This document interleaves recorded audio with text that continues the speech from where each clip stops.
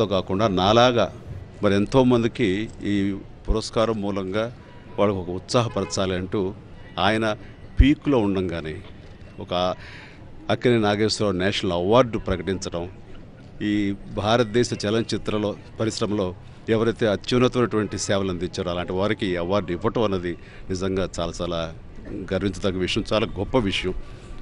ఆయన విశాల హృదయానికి ఇది ఒక నిదర్శనం. 2005 నుంచి ఈ అవార్డు ఇవ్వటం ప్రారంభించారు. అయితే గత అవార్డులకేను ఈ అవార్డు కార్యక్రమానికి అక్కినేని నాగేశ్వరరావు గారిని మనం మిస్ అవుతున్నాం. ఆయన ఎక్కడున్నా ఏ లోకంలో ఉన్నా సరే ఈ రోజున జరుగుతున్న ఈ కార్యక్రమానికి ఆయన ఆశీస్సులు ఉంటాయి.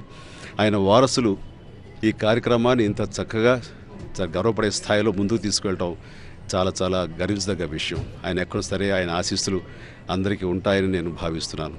ఈ రోజున అమితాబ్ బచ్చన్ గారికి ఈ అవార్డు ఇవ్వటం అన్నది ఇది ఈ ప్రతిష్టాత్మకమైన అవార్డు మరింత ప్రతిష్టగా మరింత ఎన్హాన్స్ అయిందని చెప్పచ్చు. అమితాబ్ బచ్చన్ గారికి ఇవ్వటం మూలంగా చాలా సంతోషం. అమితాబ్ బచ్చన్ లాంటి మనిషి దీన్ని యాక్సెప్ట్ చేయటం కూడాను ఈ యొక్క జాతీయ స్థాయిలో ఈ అవార్డుకి మరింత గుర్తింపు లభించిందని, మరింత గౌరవం లభించిందని సందర్భంగా భావిస్తూ దీనికి సంబంధించిన అవార్డు కమిటీ వారికి, ముఖ్యంగా నాగార్జున వెంకట్ గారికి నా హృదయపూర్వక అభినందనలు తెలియజేస్తాను. Thank you.